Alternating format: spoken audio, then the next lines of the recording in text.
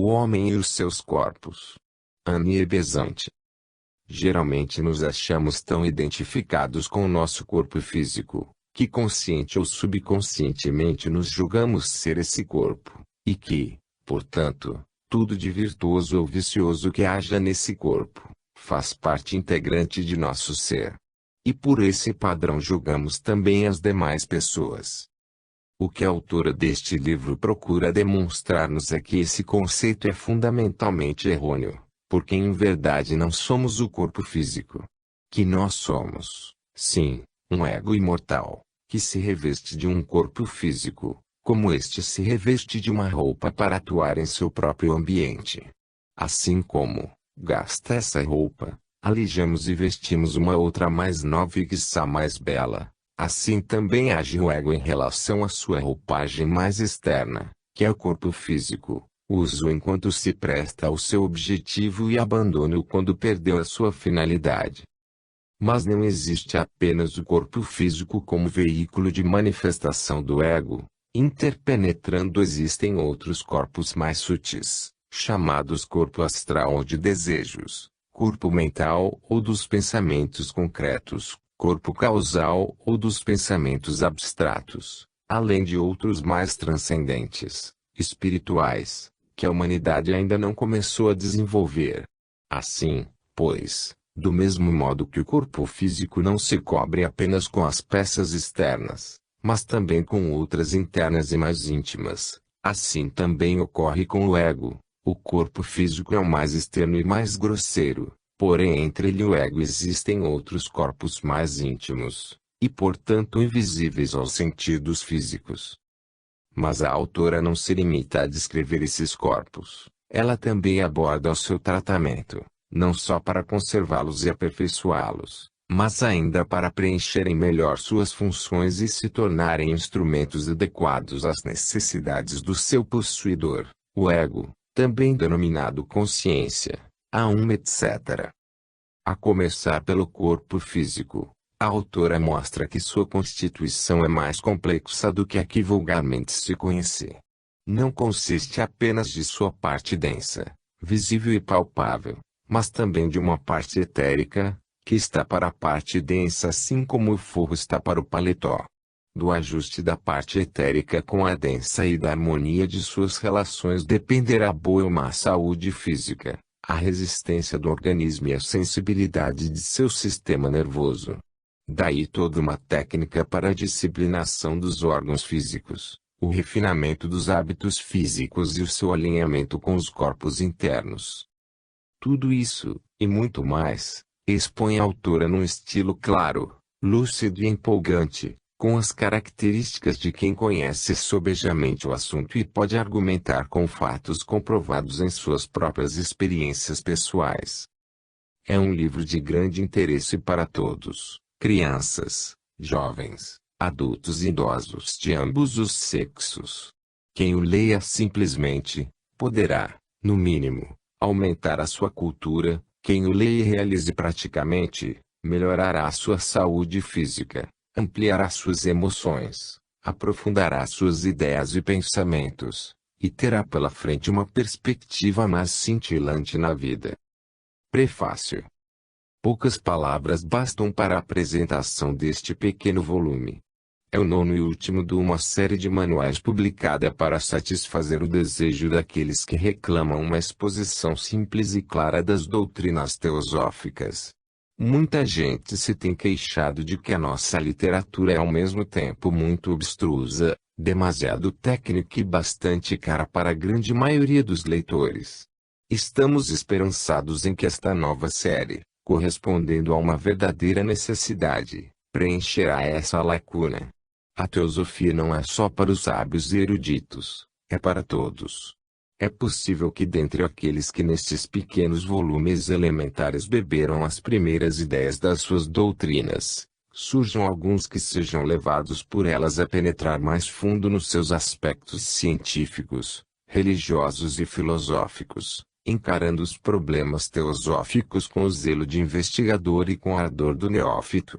Mas não foi só para o investigador, ávido de conhecimento, para quem não há dificuldades iniciais que o amedrontem, que se escreveram, mas sim para todos os indivíduos, de ambos os sexos, que mergulhados na labuta diária das suas ocupações, procurem assimilar algumas das grandes verdades que tornam a vida mais fácil de viver e a morte mais fácil de encarar. Escritos pelos servos dos mestres, que são os irmãos primogênitos da nossa raça, o seu objetivo não pode ser senão servir os nossos semelhantes. Introdução. Reina uma tão grande confusão entre o ser consciente e os seus veículos, isto é, entre o homem e os trajes que o revestem, que se torna necessário apresentar aos estudantes de teosofia uma exposição clara e simples dos fatos tais como os conhecemos.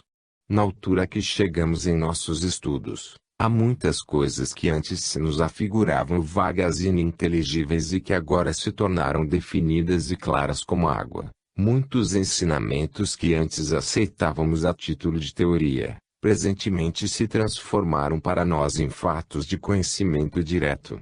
Daí a possibilidade de classificar determinados fatos de modo definido, fatos estes que podem ser submetidos a repetidos exames, à medida que os novos estudantes vão desenvolvendo seu poder de observação, e assim podemos falar desses fatos com a mesma certeza com que o físico trata de outros fenômenos observados e classificados. Porém, se o físico por vezes erra, o mesmo pode acontecer ao metafísico, à medida que o conhecimento se expande. Não podemos nem queremos apresentar-nos como autoridade no assunto, com direito a impor as nossas ideias. Somos apenas um estudante que quer transmitir a outros estudantes as suas próprias investigações, os conhecimentos adquiridos, mais ou menos imperfeitamente, e as investigações resultantes das observações de discípulos. Observações restringidas, é claro, aquilo que as suas limitadas faculdades lhes permitem. Ao iniciarmos o nosso estudo, é mister que o leitor do Ocidente modifique o ponto de vista sob o qual se habituou a encarar a si mesmo, é mister que se esforce por fazer uma distinção nítida e clara entre o homem e os corpos que este habita. Habituamo-nos demais a identificar-nos com os trajes externos que envergamos, e não podemos resistir ao deixar de considerar os nossos corpos como nós mesmos. Ora, e absolutamente necessário, para atingirmos a verdadeira concepção do nosso assunto, que abandonemos este ponto de vista e cessemos de nos identificar com os invólucros que só revestimos por algum tempo para pouco depois nos despojarmos deles. Identificar-nos com estes corpos, cuja existência é passageira, seria uma loucura equivalente a confundir-nos com o nosso vestuário. Não dependemos dele, o seu valor acha-se proporcionado à sua utilidade. O erro que tanta vez se comete que consiste em confundir o nosso ser consciente, ou seja o nosso ego, com os veículos em que ele momentaneamente funciona, só pode ser desculpado pelo fato da consciência em estado de vigília e, até um certo ponto, a consciência em estado de sonho, viverem e trabalharem no corpo, sem que o homem vulgar conheça sua existência à parte. Contudo podemos obter uma compreensão intelectual das verdadeiras condições, assim como nos é permitido habituarmos-nos a considerar o nosso ego como o dono dos seus veículos. Com o tempo e experiência, nos convencemos da realidade deste fato, quando tivermos aprendido a separar o nosso ego dos seus corpos e a sair do nosso veículo físico, quando adquirirmos a certeza de que não dependemos dele, quando soubermos enfim que fora deste existe para nós uma consciência muito mais ampla e completa. Depois de obtermos este resultado, é claro que nunca mais identificaremos o nosso ego com os nossos corpos. Nunca mais cometeremos o erro de imaginar que a nossa personalidade é o invólucro que envergamos. A clara compreensão intelectual acha-se ao alcance de todos nós. Podemos, portanto, proceder à distinção habitual entre o ego, isto é, o homem, e os seus corpos. Basta isto para nos libertarmos da ilusão que envolve a maioria das pessoas. Basta isto para modificarmos a nossa atitude para com a vida e o mundo, elevando-nos a uma região mais serena, onde não existem as mudanças e as contingências da vida mortal, nem as contrariedades mesquinhas que, dia a dia, afligem desmesuradamente a consciência encarnada. Sentiremos assim as verdadeiras proporções entre as coisas sujeitas a mudanças constantes e as que são relativamente permanentes, e sentiremos a diferença enorme que reina entre o náufrago em luta com as ondas, prestes a afundar-se, e o homem que desafia impunemente o fragor da tempestade, no abrigo inacessível de um rochedo. Quando falo do homem, refiro-me ao ego, vivo, consciente, pensador, isto é, a individualidade, e os corpos a que tenho aludido são os vários invólucros nos quais este ego é encerrado. Cada um destes invólucros permite ao ego funcionar numa certa região do universo. Um homem que deseje viajar por terra, pelo mar ou pelo espaço, fará uso de um carro, de um navio ou de um avião, porém estes veículos em nada alteram a sua identidade. Do mesmo modo o ego, o homem verdadeiro, conserva sua identidade, seja qual for o corpo em que estiver funcionando, e do mesmo modo como o carro, o navio e o avião variam na qualidade do material e na sua construção, segundo o elemento a que são destinados, assim também cada corpo varia segundo o meio onde deve agir. A densidade da sua substância, a duração da sua vida, as faculdades de que são dotados dependem do papel que os corpos têm de preencher, mas há uma coisa em que todos têm do comum em relação ao homem: todos eles são transitórios, todos são seus instrumentos, seus servos, gastando-se e renovando-se segundo a sua natureza, devem se adaptar ao homem, às suas diferentes necessidades, ao seu poder sempre crescente. Estudá-los-emos um por um, principiando pelo menos elevado, em seguida trataremos do homem, o ser que atua através de todos estes corpos. O corpo físico.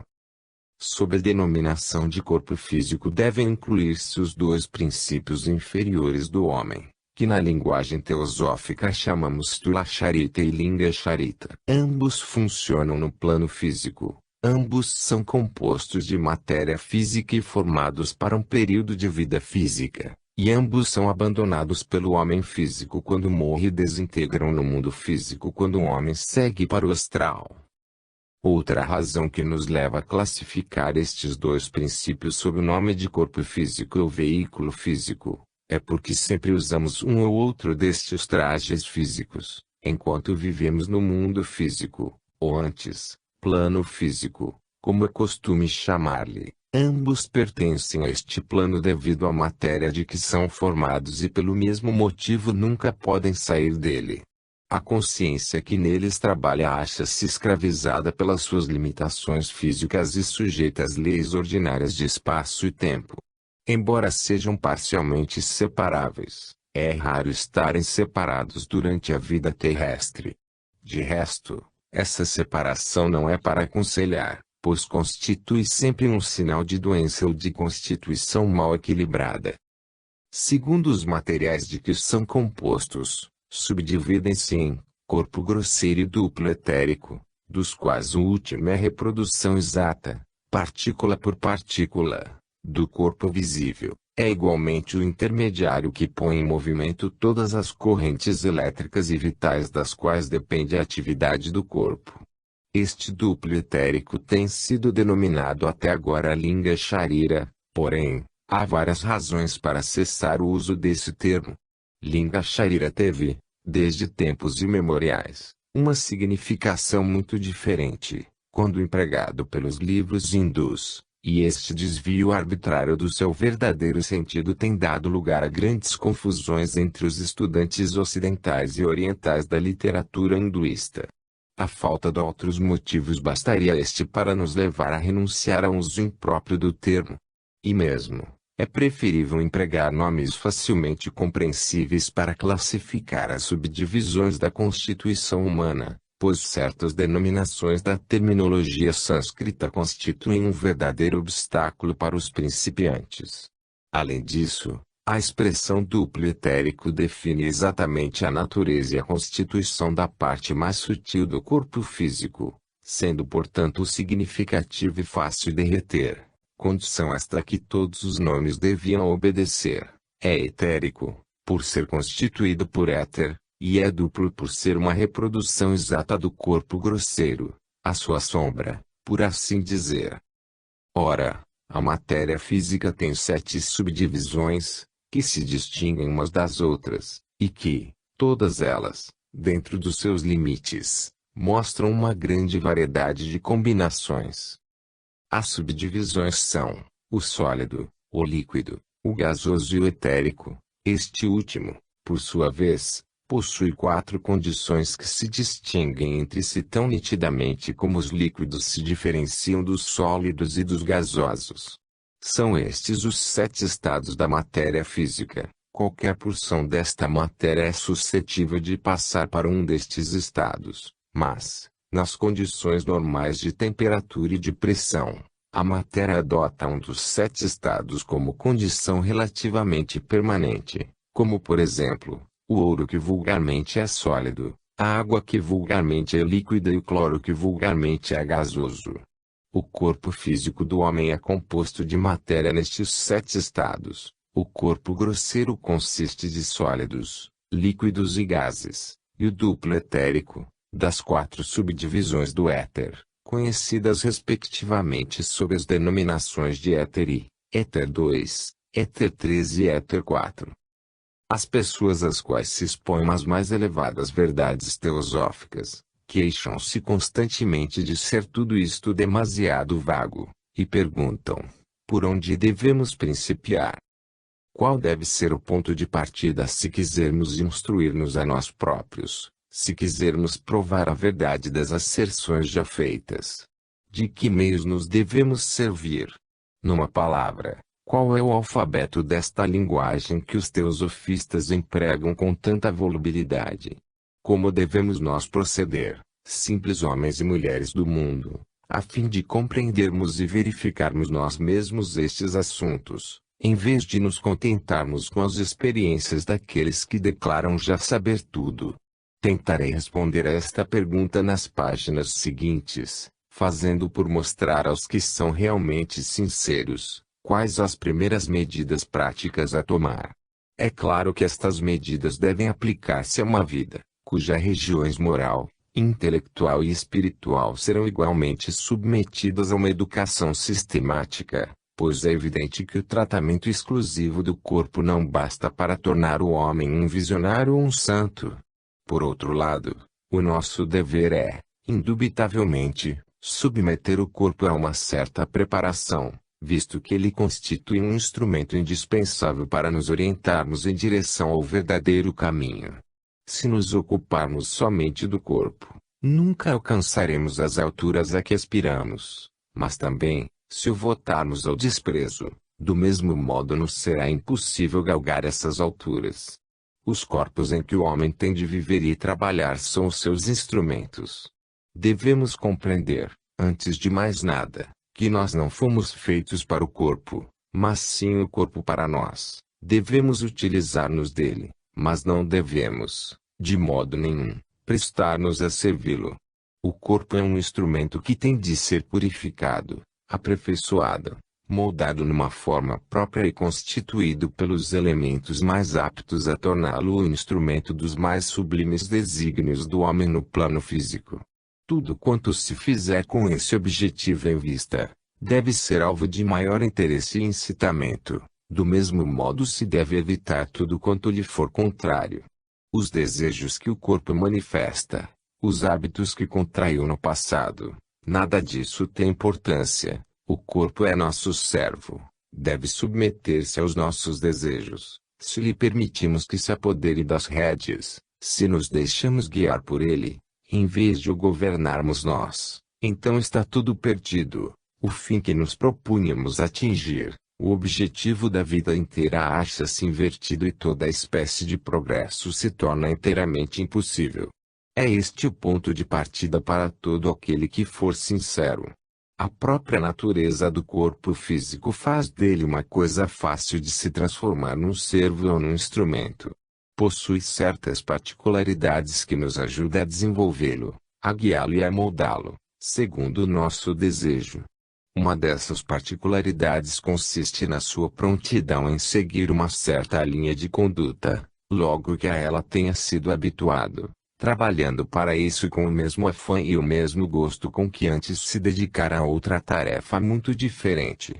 Se o corpo adquiriu qualquer mau hábito, oporá indubitavelmente uma resistência tenaz a todas as tentativas para modificar esse hábito. Porém, se o forçarmos a ceder, se for vencido o obstáculo com que nos embargue o caminho, se o homem obrigar a agir segundo o seu desejo, não tardará muito que o corpo se conforme espontaneamente a um novo hábito que o homem lhe imponha, enveredando para bom caminho com a mesma complacência com que enveredara para o mal.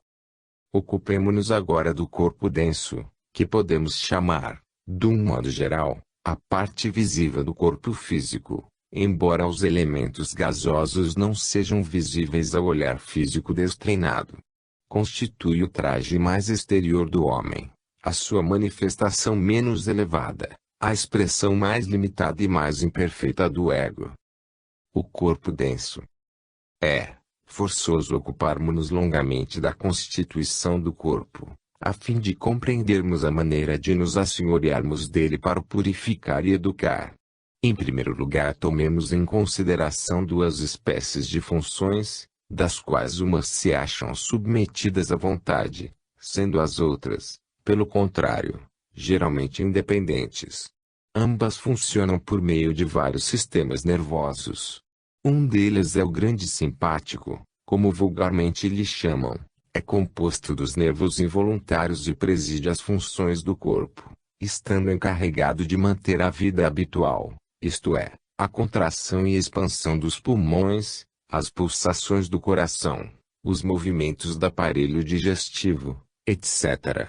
Em tempos remotos, durante o longo passado de evolução física, quando os nossos corpos se achavam em pleno processo de desenvolvimento, este sistema obedecia à autoridade do animal em cujo poder se encontrava. Porém, a pouco e pouco principiou a trabalhar automaticamente, emancipou-se do poderio da vontade, tornou-se quase independente e continuou a desempenhar todas as funções vitais normais do corpo.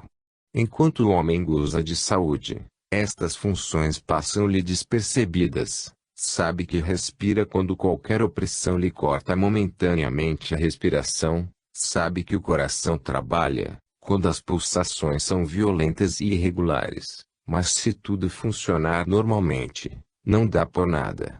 Contudo, pode-se subjugar o sistema nervoso simpático pela vontade, graças a uma prática demorada e dolorosa, a uma classe de yogis na Índia, chamados da Hatha Yoga, que desenvolve extraordinariamente este poder, com o fim de estimular as faculdades psíquicas inferiores. Estas faculdades podem se desenvolver só pela ação direta do corpo físico, pondo completamente de parte a evolução espiritual, moral ou intelectual.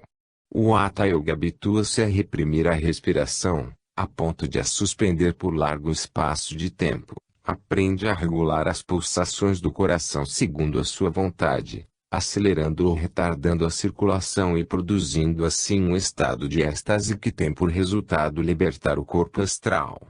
Esta prática não é para aconselhar, mas em todo caso serve de lição às nações ocidentais, que tão facilmente reconhecem o jugo imperioso do corpo, para que fiquem sabendo que o homem pode dominar inteiramente essas funções automáticas no estado normal, e que milhares de homens se submetem de livre vontade a uma disciplina demorada e dolorosíssima, a fim de se libertarem da prisão do corpo físico, conseguindo viver, embora a animação do corpo esteja suspensa. Esta prática é, na verdade, pouco recomendável, mas, pelo menos, os homens que a seguem tomam-se a si mesmos a sério e deixam de ser, por algum tempo, escravos dos sentidos. Em segundo lugar, temos o sistema nervoso voluntário, muito mais importante relativamente aos nossos desígnios mentais. É o grande sistema que serve de instrumento ao pensamento, graças ao qual nos movemos e experimentamos sensações no plano físico. É constituído pelo haste cerebrospinal, o cérebro e a medula, do qual se ramificam para todas as partes do corpo filamentos de substância nervosa. Estes filamentos são os nervos motores e sensitivos. Os primeiros dirigem-se do centro para a periferia e os segundos da periferia para o centro. Os filamentos nervosos afluem de todas as partes do corpo, juntam-se em feixes e vão em seguida unir-se à medula espinal, cuja substância fibrosa externa é por eles constituída. Daí continuam a sua marcha ascensional a fim de se expandirem e ramificarem ao cérebro, centro de todas as sensações e de todos os movimentos intencionais, submetidos ao domínio da vontade. Tal é o sistema graças ao qual o homem exprime a sua vontade e a sua consciência. É lícito, pois, dizer que estas faculdades residem no cérebro.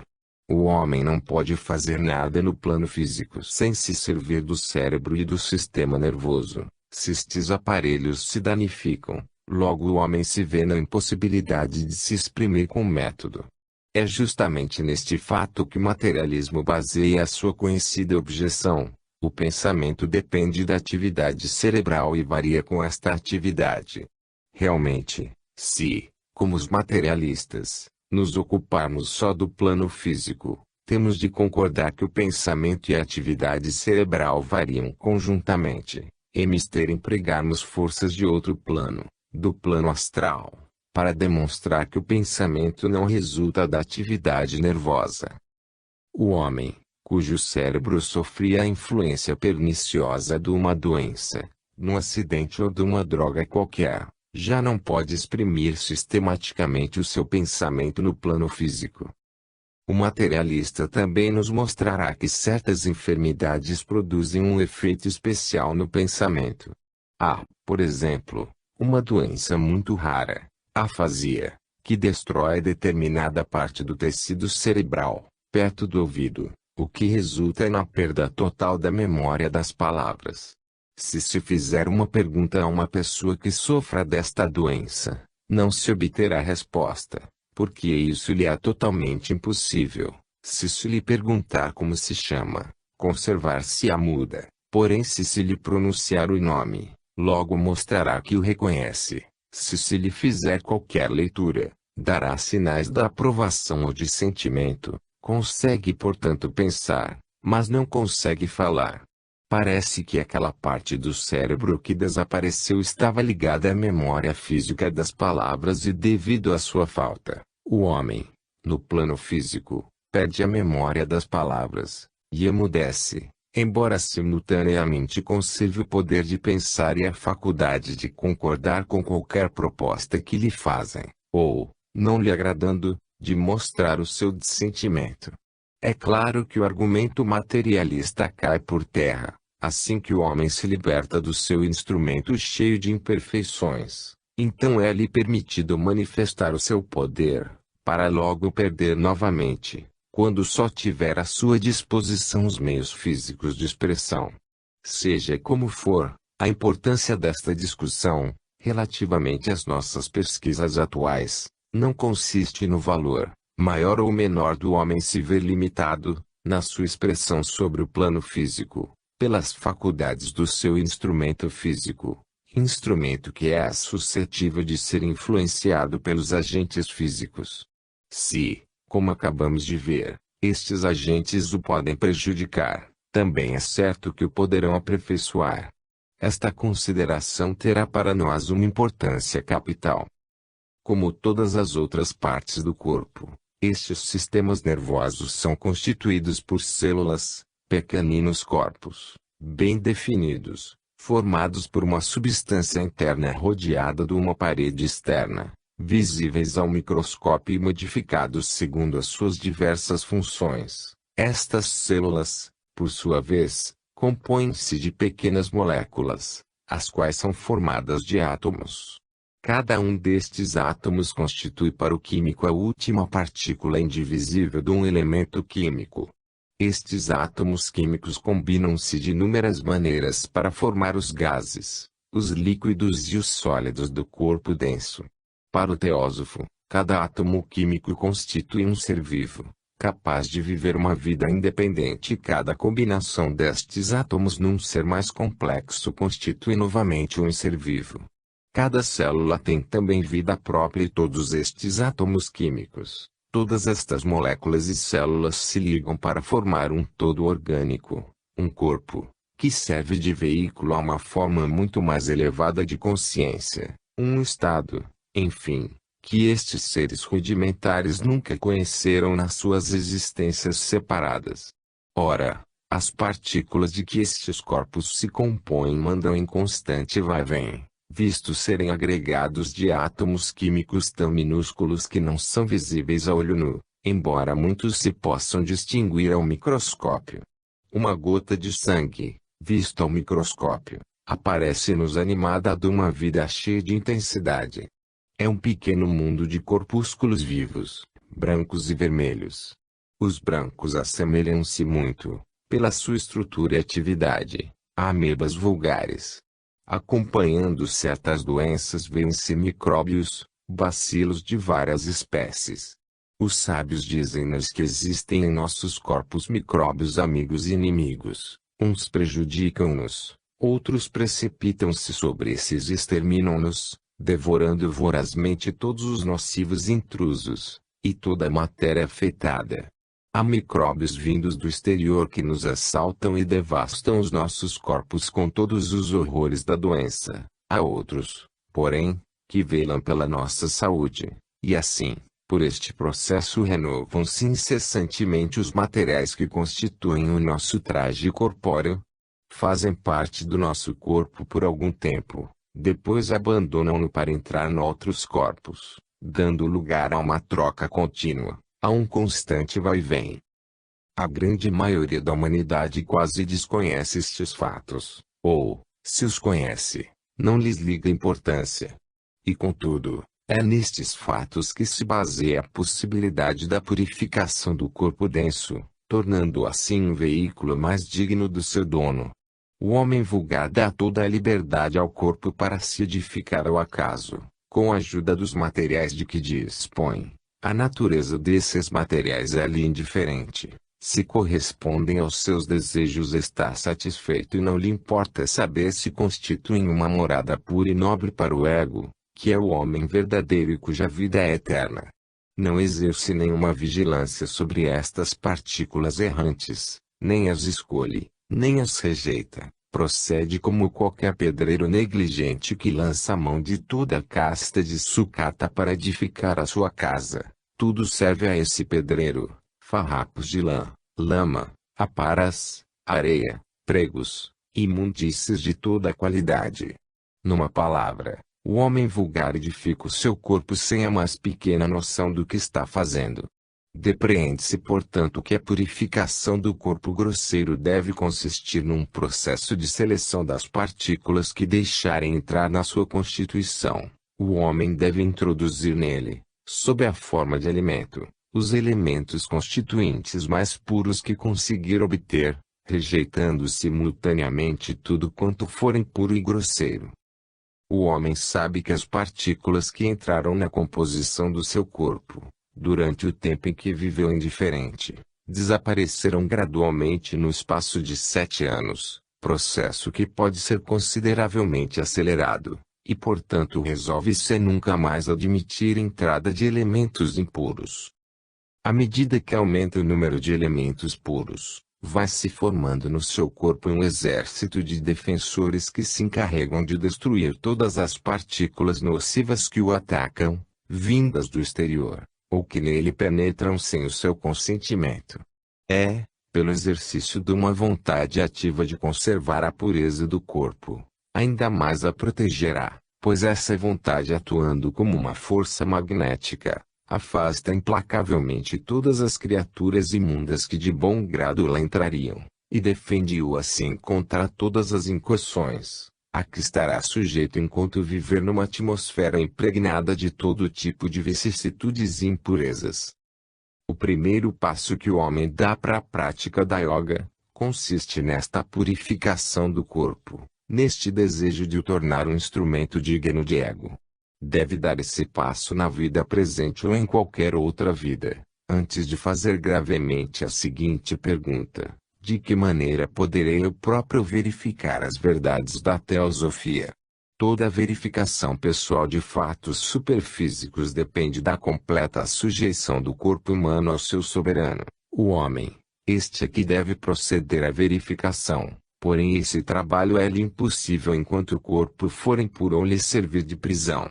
Há homens que adquiriram noutras vidas mais disciplinadas certas faculdades psíquicas parcialmente desenvolvidas, que agora se manifestam, apesar das circunstâncias desfavoráveis. Pois bem, essas faculdades de nada lhe servirão enquanto residir no corpo físico, se esse corpo for impuro, porque, nesse estado deformará o exercício das faculdades obtido por seu intermédio, tornando todas as informações pouco dignas de confiança. Suponhamos agora que o homem se decida deliberadamente a ter um corpo puro. De duas uma, ou se aproveita da circunstância de o seu corpo sofrer uma mudança completa em 7 anos, ou prefere seguir o atalho mais curto e difícil que ocasiona uma mudança mais rápida. Em qualquer dos casos deve principiar a escolher imediatamente os materiais com os quais o novo corpo puro será construído, e uma das primeiras coisas em que deve pensar é na dieta. Tratará logo de excluir do seu alimento todas as coisas que ameaçam fornecer ao corpo partículas impuras e corruptas. Abolirá o álcool e todo o licor de que ele faça parte, visto introduzir no corpo físico micróbios extremamente impuros, verdadeiros produtos de decomposição. Estes micróbios, além de nocivos, só por si, também se tornam perigosíssimos pelo fato de atraírem para o corpo de que fazem parte, certos habitantes fisicamente invisíveis do plano imediatamente superior, cuja irrupção no corpo seria imensamente desvantajosa. Os que se embriagam, privados pela morte dos seus corpos físicos, não podendo portanto satisfazer a sede intolerável e inextinguível que os devora, pairam constantemente sobre os lugares onde se vendem bebidas, envolvendo com os seus olhares sequiosos as pessoas que bebem, e fazendo o possível por penetrar nos corpos das mesmas, a fim de partilharem do prazer baixo e vil que constitui a sua paixão. Se as mulheres habituadas a todos os requintes da delicadeza pudessem ver as criaturas repugnantes que as bafejam com o seu hálito imundo quando sentem prazer em beber, nunca mais cederiam a essa tentação que as põe em contato com os seres absolutamente repelentes, elementais malignos, pensamentos de ébrios revestidos de essência elemental. E, simultaneamente, o corpo físico atrai outras partículas grosseiras, expelidas de corpos de ébrios e de debochados, que andam errantes na atmosfera e que prontamente se infiltram no corpo, tornando ainda mais vil e mais grosseiro. Se repararmos nas pessoas que se acham constantemente ocupadas com a manipulação do álcool, fabricando e vendendo vinhos, cervejas e toda a espécie de licores impuros, veremos fisicamente que os corpos dessas pessoas se tornaram grosseiros e degradados. Por exemplo, o cervejeiro ou o taberneiro, para não falarmos das pessoas de todas as classes sociais que cometem excessos de bebida, mostra claramente o que acontece a todos quantos introduzem esses elementos perniciosos no corpo. Quanto maior número de partículas absorvem, mais grosseiro este se lhes vai tornando. E acontece o mesmo a quem se alimenta de carne de mamíferos, de pássaros, de répteis e de peixes, assim como todos os crustáceos e moluscos que se nutrem de cadáveres. Como poderão os corpos assim alimentados ser delicados, sensíveis, bem equilibrados, perfeitamente saudáveis? Como poderão possuir a força e a sutileza do aço temperado que todo homem necessita para realizar um trabalho superior? Será preciso enfatizar novamente a lição prática encerrada nos corpos que vivem nesses meios. Observemos o magarefe e o carniceiro. Os seus corpos parecem porventura instrumentos apropriados para um trabalho de pensamentos elevados ou para a meditação de sublimes verdades espirituais? E contudo, Esses corpos constituem só o produto consumado das mesmas forças que atuam proporcionalmente em todas as pessoas e que eles fornecem carnes impuras. O homem que dedica toda a sua atenção, todos os seus cuidados ao corpo físico, nunca obterá vida espiritual. Mas não há razão nenhuma para se submeter a um corpo impuro. Não há razão nenhuma para permitir que os seus poderes, quer sejam grandes ou pequenos, se deixem tolher, entravar pela imperfeição forçada de semelhante instrumento. No nosso caminho surge, porém, uma dificuldade que não é para desdenhar. Embora tratemos do corpo com 1000 cuidados, embora nos recusemos deliberadamente a torná-lo impuro, a nossa vida decorre entre pessoas descuidadas, que em geral desconhecem em absoluto estes fatos da natureza. Numa cidade como Londres, ou mesmo em qualquer outra cidade do Ocidente, não podemos passar por uma rua sem que a nossa delicadeza seja ofendida a cada passo. Quanto mais aperfeiçoamos o corpo, mais sutis se tornam os sentidos físicos e portanto maior é o nosso sofrimento, devido precisamente ao caráter grosseiro animal, que impregna nossa atual civilização. Ao passarmos pelas ruas de grande movimento ou por essas vielas onde a pobreza reina, encontramos a cada passo cervejarias, cujos eflúvios alcoólicos é impossível evitar, assim como açougues e matadouros cujo espetáculo é absolutamente repugnante. De resto, mesmo as ruas que se dizem respeitáveis não fazem exceção à regra. É certo que, à medida que a civilização for progredindo, várias alterações serão introduzidas, e entre elas a centralização de todas essas coisas imundas em bairros especiais, onde só os seus apreciadores as irão procurar. Enquanto aguardamos esses tempos melhores, vamos respirando e introduzindo no nosso corpo as partículas que dimanam desses lugares malditos. Contudo, se o corpo for puro, não há perigo de germinarem. Acontece o mesmo que a um corpo normalmente são que oferece resistência aos micróbios que o invadem. Além disso, existem, como já vimos, exércitos de criaturas vivas que trabalham incessantemente por conservar o sangue puro. Estes verdadeiros guardas do corpo precipitam-se sobre toda e qualquer partícula venenosa que ouse penetrar na cidade de um corpo puro, e exterminam-na sem piedade. Nós é que devemos decidir se preferimos possuir estes defensores da vida ou se antes desejamos povoar o sangue de piratas que destroem e saqueiam tudo quanto é bom. Se nos recusarmos resolutamente a introduzir elementos impuros no corpo, mas inexpugnáveis nos tornaremos contra os ataques exteriores. Já aludimos ao automatismo do corpo, que é um escravo do hábito, particularidade esta de que nos podemos aproveitar. Pois bem, se um teósofo, ao dirigir-se a um aspirante desejoso de praticar a yoga, e de ser admitido nos planos superiores da existência, lhe dissesse o seguinte: deves principiar imediatamente a purificar o corpo antes de praticar a yoga, pois a verdadeira yoga é tão perigosa para um corpo impuro e indisciplinado, como um fósforo arder num barril de pólvora.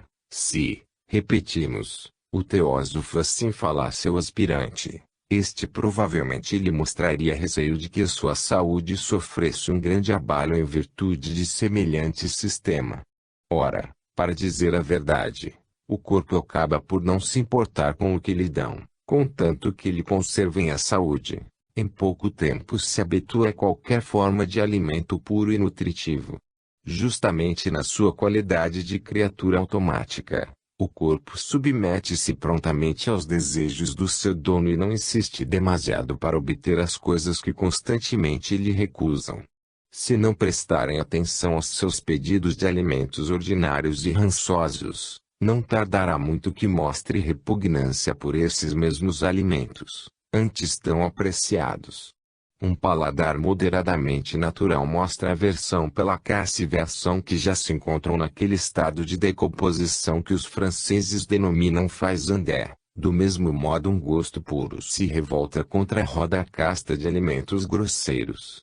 É claro que se um homem se habituou a alimentar o corpo com coisas imundas, O corpo acaba por exigi-las imperiosamente e o homem sente-se tentado a ceder-lhe. Porém, se o homem for forte, se não lhe der importância demasiada, se seguir o seu próprio impulso e não o impulso do corpo, talvez fique surpreendido ao descobrir que o corpo lhe obedece e se submete docilmente às suas ordens. Habituar-se-á em pouco tempo a preferir as coisas que o homem lhe dá, mostrando predileção pelos alimentos limpos e repugnância pela comida impura. A força do hábito tanto pode servir de auxílio, como de obstáculo. O corpo apressa-se a ceder quando compreende que o homem é o seu senhor e que está irrevogavelmente decidido a não permitir que um simples instrumento destinado ao seu serviço o desvie do objetivo que se propôs atingir. Na realidade, não é o corpo, mas sim o karma, a natureza do desejo, que é principalmente responsável por todos os desvarios.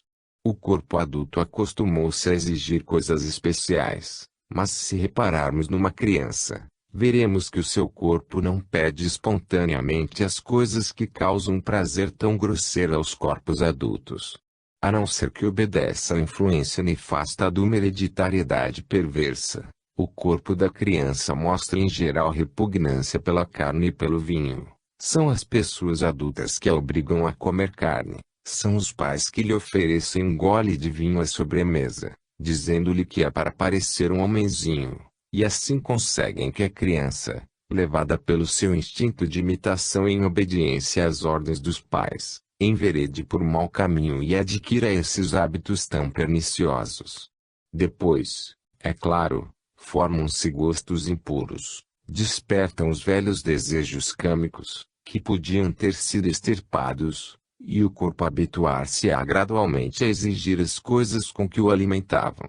Pois bem, a despeito de todos estes maus antecedentes, experimentai modificar o corpo, expurgai-o das partículas que só cobiçam impurezas, e vereis como o corpo começará a alterar os seus hábitos, acabando por se revoltar contra o próprio cheiro das coisas que antes tanto apreciava. A grande dificuldade na questão de reforma encontra-se no karma e não no corpo. Não vos quereis corrigir, porque se o quisesses, não vos seria difícil consegui-lo. Dizeis a vós mesmos, afinal, talvez não tenha grande importância, não possuo qualidades psíquicas e ainda estou muito atrasado, o melhor é continuar como antes. Nunca poderemos progredir se não tentarmos atingir as alturas sublimes que se encontram ao nosso alcance, e se permitirmos que a natureza passional intervenha na nossa evolução. Não vos cansais de dizer, como gostaria de possuir a visão astral e de viajar em corpo astral. Mas quando se trata de tomar uma resolução enérgica contra os maus hábitos, preferis um bom jantar. Se oferecessem um prêmio de 1.000.000 de libras a quem renunciasse durante um ano a todo o alimento impuro, não haveria ninguém que não vencesse todas as dificuldades, conseguindo viver sem ingerir nem carne, nem vinho. Porém, quando se lhe oferecem unicamente os tesouros inestimáveis da vida superior, todas as dificuldades que se apresentam são absolutamente invencíveis. Se os homens na realidade desejassem o que só fingem desejar, quantas mudanças nos seria dado ver? Mas não. Fingem apenas e fingem tão bem, que por fim se convencem da sinceridade das suas intenções e, durante milhares de anos, vêm viver vida após vida sobre a terra, sem obter o mínimo progresso. Um belo dia, numa das suas vidas, principiam finalmente a admirar-se de se verem sempre no mesmo lugar, ao passo que um outro só no curto período daquela vida avançou com uma rapidez extraordinária, deixando-os a eles muito para trás. O homem sincero, que é persistente e não perde de vista o seu objetivo, pode dirigir a sua evolução, ao passo que o homem que a finge unicamente, está condenado a andar à nora durante uma infinidade de vidas futuras. Seja como for, eis nesta purificação do corpo que jaz, se não toda, pelo menos a parte essencial da preparação para a prática da yoga. E agora deixemos o corpo grosseiro, o veículo inferior da consciência, para nos ocuparmos do duplo etérico.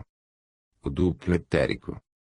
A física moderna pretende que todas as modificações que se produzem no corpo, quer seja nos músculos, nas células ou nos nervos, são acompanhadas por uma ação elétrica. Ora, esta afirmação tem visos de verdade, mesmo quando diga respeito às alterações químicas que se dão continuamente. Tem-se obtido amplas provas disto graças a observações cuidadosamente feitas com galvanômetros delicadíssimos. De cada vez que se produz uma ação elétrica, e absolutamente certa é a presença do éter.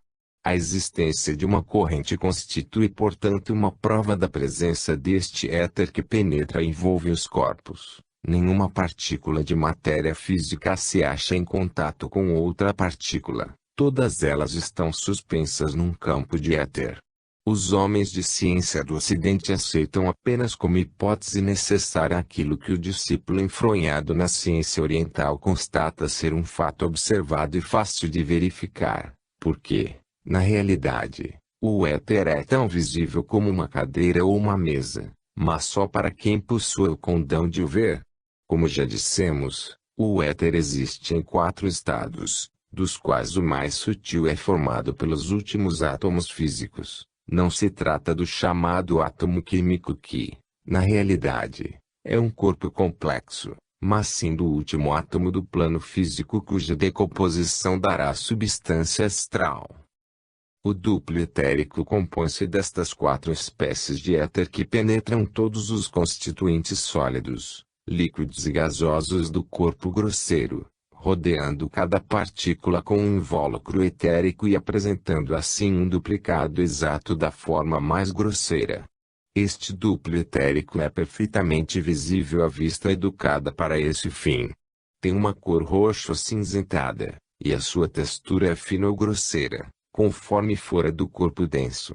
As 4 espécies de éter fazem parte dele, do mesmo modo como os sólidos, os líquidos e os gases fazem parte do corpo denso. Além disso, formam combinações mais sutis ou mais espessas, absolutamente como acontece com os constituintes mais grosseiros. É importante observarmos que o corpo denso e o seu duplo etérico variam simultaneamente em qualidade. Portanto, quando o aspirante quer purificar o seu corpo denso, deliberado e conscientemente, o duplo etérico purifica-se também, sem que ele tenha a menor consciência disso e sem que para isso desenvolva o menor esforço. Quando se examinam os corpos inferiores do homem por meio da visão astral, vê-se o duplo etérico, linga sharira, e o corpo astral, corpo câmico, penetrando-se reciprocamente, ao mesmo tempo que penetram no corpo denso. Daqui resultou em tempos certa confusão, que deu lugar a empregarem os nomes linga sharira e corpo astral como sinônimos, servindo este último também para designar o corpo câmico ou corpo de desejo. Esta terminologia assaz indistinta tem causado muitas perplexidades, porque as funções do corpo câmico, denominado corpo astral, foram muitas vezes atribuídas ao duplo etérico, que erradamente chamavam corpo astral. O estudante, é claro, sentia-se incapaz de se libertar sozinho desta emaranhada rede de aparentes contradições. Graças a observações cuidadosamente feitas sobre a formação destes 2 corpos, é-nos permitido dizer definitivamente que o duplo etérico só se compõe de espécies físicas de éter, e quando se exterioriza, não pode abandonar o plano físico, nem afastar-se do seu duplicado grosseiro. Além disso, é construído segundo o modelo fornecido pelos senhores do karma, em vez de ser trazido pelo ego, espero-nascença, já munido do corpo físico. Quanto ao corpo astral ou câmico, o corpo de desejo, compõe-se unicamente de matéria astral. Quando se separa do corpo físico, pode percorrer livremente o plano astral e nesse plano constitui o veículo apropriado do ego. O ego faz-se acompanhar dele, quando volta a reencarnar-se. Devido a estas circunstâncias e a fim de evitar confusões, achamos preferível denominar o primeiro dos corpos, duplo etérico, e o segundo, corpo astral. É graças ao duplo etérico que a força vital, Prana percorre os nervos do corpo, permitindo-lhes que transmitam força motriz e sensibilidade às impressões externas. Os poderes do pensamento, do movimento e da sensibilidade não residem na substância nervosa física ou etérica, constituem atividades do ego, que operam nos seus corpos mais internos, e a sua expressão no plano físico torna-se possível graças ao sopro de vida que percorre os filamentos nervosos e envolve as células nervosas. Porque prana, o sopro de vida, é a energia ativa do ego, segundo nos dizem os ensinamentos de Sri Sankaracharya. As funções do duplo etérico consistem em servir de intermediário físico para a manifestação desta energia. É este o motivo por que muitas vezes o denominam na nossa literatura veículo de prana. Será bom notar que o duplo etérico mostra uma sensibilidade muito particular pelas substâncias voláteis que entram na composição das bebidas alcoólicas. Fenômenos relativos ao corpo físico. Quando uma pessoa adormece, o ego abandona sutilmente o corpo físico, deixando-o entregue ao sono reparador, que lhe faz recuperar as forças para o trabalho do dia seguinte. O corpo denso e o seu duplo etérico ficam, pois, à mercê das suas próprias tendências e das influências que infalivelmente atraem a si pela sua constituição e pelos seus hábitos. Formam-se correntes de formas pensamentos emanando do mundo astral, de uma natureza congruente com as formas pensamentos criadas ou abrigadas pelo ego na vida diária. Estas correntes atravessam os cérebros denso e etérico e, confundindo-se com as repetições automáticas das vibrações engendradas pelo ego no estado de vigília, causam os sonhos entrecortados e caóticos que sobrevêm a quase toda a gente. Estas imagens sem conexão são instrutivas, pois mostram o trabalho do corpo físico quando entregue a si próprio. Este só consegue reproduzir fragmentos das vibrações passadas, absolutamente destituídas de ordem ou coerência, adaptos uns aos outros, conforme vem surgindo, sem se importar com o todo grotesco e absurdo que daí resulta. O cérebro físico contenta-se com uma fantasmagoria caleidoscópica de formas e cores, que nem ao menos possui a regularidade das lentes do caleidoscópio.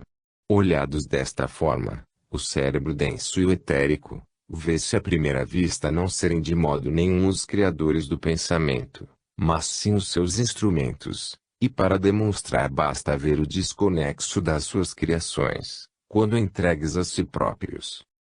Durante o sono, o ego pensador abandona estes dois corpos, ou antes, este corpo com as suas duas partes juntas, uma visível e outra invisível, deixando-as uma com a outra. Quando sobrevém a morte, também o abandona, desta vez definitivamente, mas agora arrastando consigo o duplo etérico que, ao separar-se do corpo, lhe rouba o sopro de vida e o inibe para sempre de funcionar como um todo orgânico. Em seguida o ego liberta-se por sua vez do duplo etérico, pois, como já sabemos, este não pode passar para o plano astral, e deixa-o entregue ao processo de desintegração em companhia do sócio que fielmente o acompanhou toda a vida. Este duplo etérico aparece às vezes às pessoas conhecidas e amigas imediatamente após a morte, mas nunca à grande distância do cadáver. Além disso mostra-se, é claro, pouco consciente, não falando e contentando-se com a manifestação da sua presença. Por sua substância física, é relativamente fácil vê-lo, basta uma ligeira tensão do sistema nervoso para conceder à vista o grau de acuidade necessária para o distinguir. É ainda ao duplo etérico que se devem as aparições de espectros nos cemitérios, pois costuma pousar sobre o túmulo onde jaz o seu companheiro físico e torna-se mais visível do que os corpos astrais, pela razão já acima mencionada. Como se vê, mesmo na morte só um espaço insignificante separa estas duas partes do corpo físico. No homem normal esta separação só se dá por ocasião da morte, mas certas pessoas anormais pertencentes à classe dos médiuns são sujeitas, mesmo em vida, a uma divisão parcial do corpo físico. Constitui isto um fenômeno perigoso, que produz uma grande fadiga grave às perturbações nervosas, mas que felizmente é bastante raro.